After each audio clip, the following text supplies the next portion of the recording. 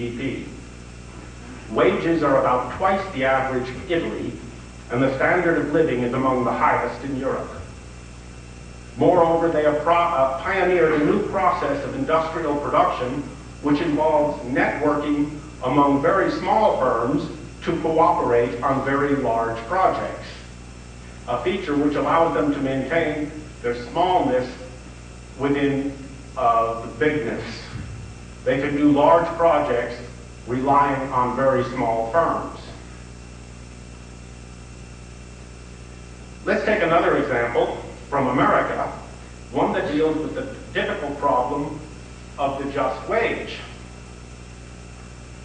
How is such a concept to be realized within the confines of a modern company? One company, Real Precision Manufacturing, set out to pay the just wage. The company established a target wage for its lowest paid employees based on a rough idea of a reasonable standard of living. In 1996, this target wage was $10.91 an hour, or $22,500 a year. However, RPM could not simply raise the minimum wage to this amount. To do so would put the entire company at risk and make everybody worse off. Instead, Real redesigned its manufacturing work to include more skill and decision-making from the employees, thus creating organizational conditions which require less supervision, allow faster setup times, and reduce the need for quality inspection. Together, these improvements reduced overall costs and allowed Real to pay its target wage while improving its quality and product. By simply redesigning jobs, RPM was able to meet both its moral and its business obligations. That is, they were able to meet the moral requirement of equity within the business requirement of profitability. And here, I think, we discover a general principle. While a moral requirement may seem extrinsic to the business, outside its normal concerns, it is actually an intrinsic requirement of a sound economy. If the requirement is properly understood. If it is properly understood, it becomes a way of improving the company, of looking at the company in a new light, of looking at the jobs and the workflow in a new light. That is, it becomes a practical tool of management.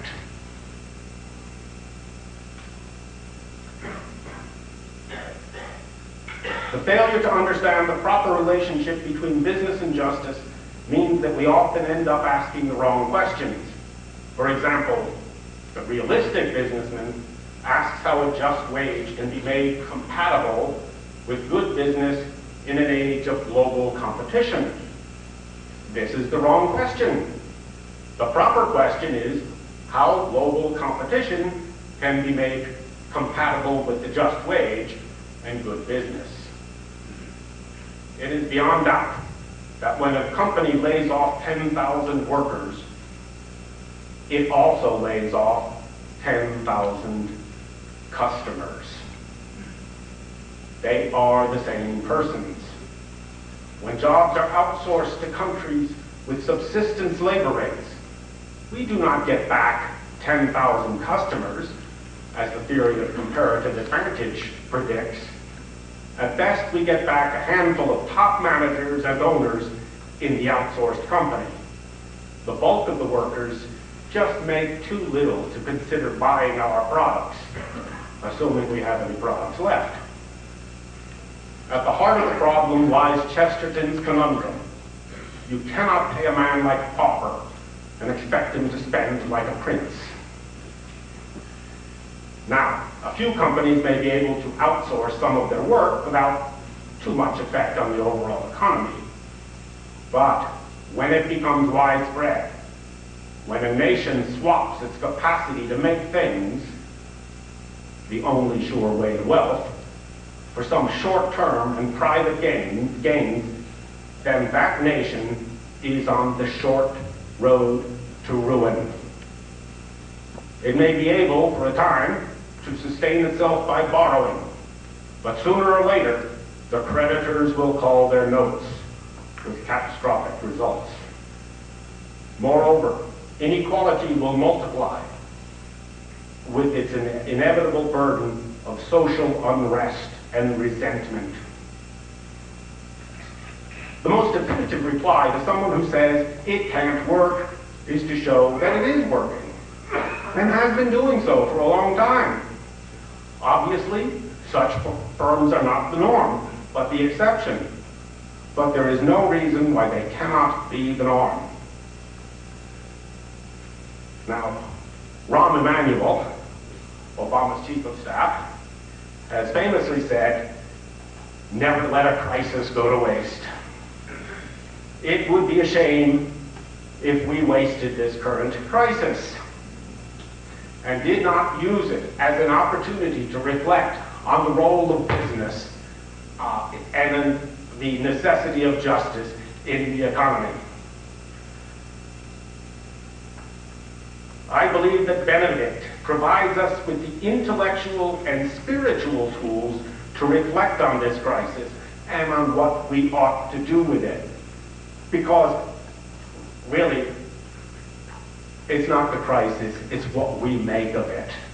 It's still in our power to make of this lemon some lemonade.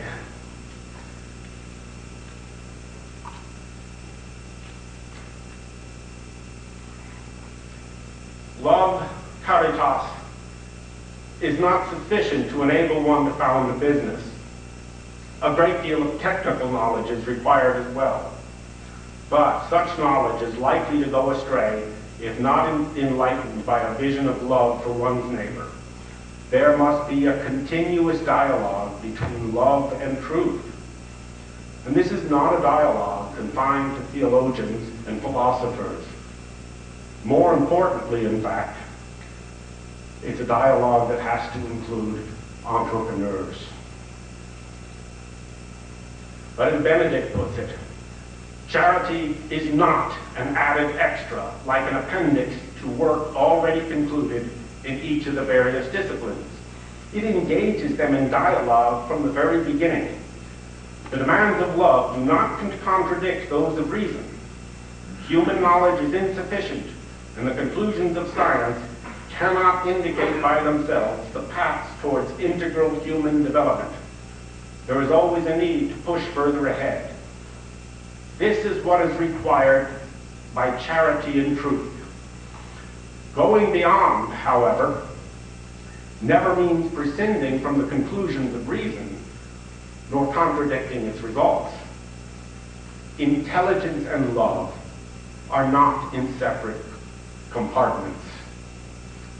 Love is rich in intelligence, and intelligence is full of love. So what's love got to do with it? Everything. Not just at some abstract level, and not just as a collection of platitudes, but as a practical principle of business and economics. Thank you.